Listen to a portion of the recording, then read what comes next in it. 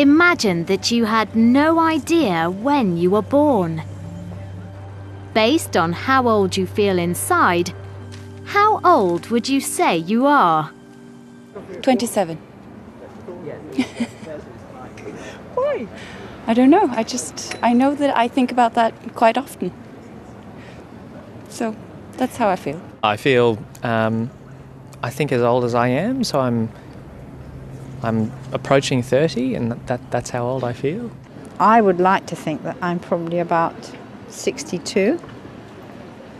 And that's pushing it a bit.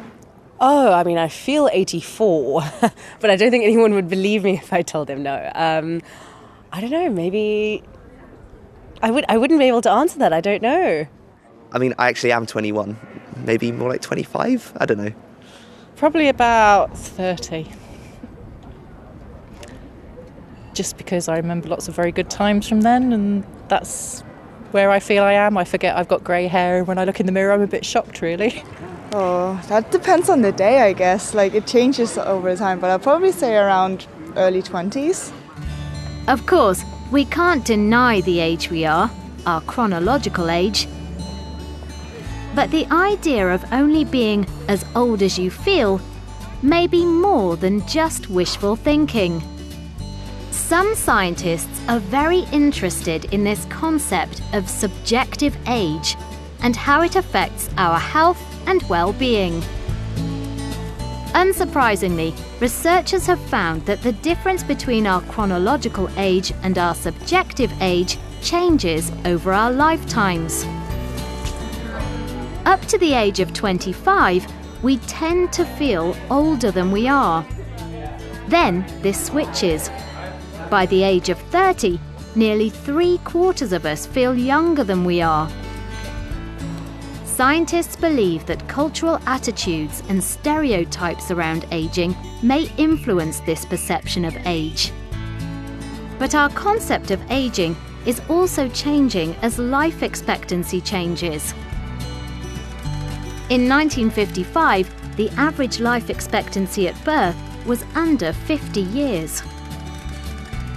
Now it's over 70 years. Experts think that by 2050, there will be more than 2.1 billion people over 60 and 425 million people over 80 years old. Japan has the highest life expectancy in the world. The Japanese island of Okinawa has more centenarians, people who are 100 years old or more, than anywhere else in the world. What is more, they seem to age more slowly than other people. According to scientists, people who are actually 70 often have the bodies of 50-year-olds. And what's the Okinawan secret to living such long, healthy lives? Experts believe it's the combination of eating a healthy diet that includes plenty of fish, vegetables and seaweed, staying active, and spending lots of time with friends and family. On Okinawa, people say you are a child until you are 55. And when you reach 97, there's a special celebration called Kajimaya to celebrate the fact that now it is time to be young again. On Okinawa, old age is prized, not feared.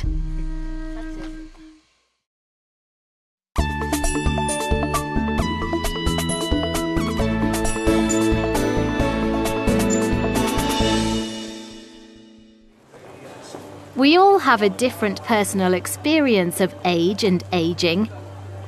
In our teenage years, we can't wait to be older, to be able to leave school, to learn to drive. But by middle age, we might look back fondly on our youth, at the days before we settled down, before we had a job or a mortgage. What feels like the best age to be is very different for everyone. Is there an age you would be happy to remain at forever? 27. It's my ideal age. Why is 27? I don't know. I just think that I was between a grown-up and a youth, and I had a great time at that point of life. I still feel good, but that was even better. Life wasn't as serious then.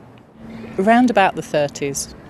It was an exciting time for me and my husband. It was before we got married, and we did a lot of travelling around the world, and we had a good time. So for me, that's an age I quite like. It's got to be your childhood, hasn't it? I think it really has. I mean, any time I talk about just the time I had when I was a kid at school with all my friends, still going playing out before like smartphones, before internet and things like that, it's just always going to be the best time of your life, I think, isn't it? I would probably say around the early 30s.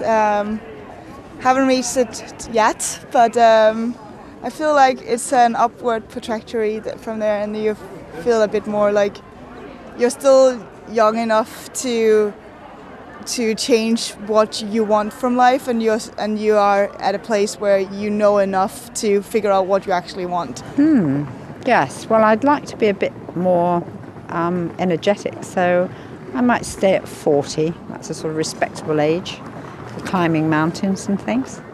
I think I'd pick the age when you've just got young grandchildren. I mean, I see my grandparents, they are just so happy with, new grandchildren coming along. I think at that age as well, you've perhaps achieved as much as you want to in your career, and even a career isn't the be-all and end-all in any event.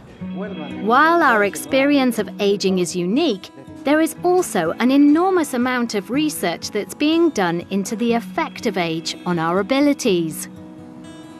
While none of the results are definitive, there are some interesting findings, especially when it comes to establishing when we peak at all sorts of different things. Scientists have found that our ability to learn languages peaks at the age of 6 or 7. But our vocabulary, even in our own language, doesn't peak until our late 60s.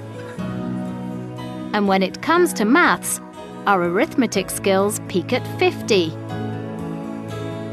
Our memory generally peaks around the age of 28.